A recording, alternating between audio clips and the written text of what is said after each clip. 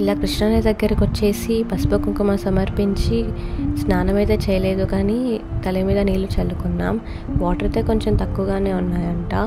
So ఇక్కడే మేము అమ్మవారికి పెడదామని చీర, కొబ్బరికాయ తీసుకొని ఇక్కడ ఫ్రీ బస్సెస్ ఉంటాయంటే అక్కడ వెయిట్ చేసి ఫ్రీ బస్ వచ్చాక ఎక్కి కొండపైకి అయితే స్టార్ట్ అయిపోయాం. కొందరు నడుచుకుంటూ కూడా ఎక్కుతారంట. మేము మార్నింగ్ రావడం వల్ల మాకు ఇక్కడ రష్ అయితే ఎక్కువగా అనిపించలేదు. దర్శనం కూడా చాలా త్వరగా అయిపోయింది. కానీ మేము దర్శనం చేసుకొని రిటర్న్ వచ్చే టైంకి అంటే 11 అలా చాలా రష్ అయిపోయారు.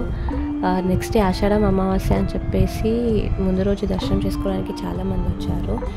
మాకు ఏదైనా జర్నీ అంటే మార్నింగే వెళ్ళడం అలవాటు. మార్నింగ్ 1-2కి స్టార్ట్ అయిన డేస్ కూడా ఉన్నాయి. ఇది మాకు చిన్నప్పటి నుంచి అలవాటు అయిపోయింది.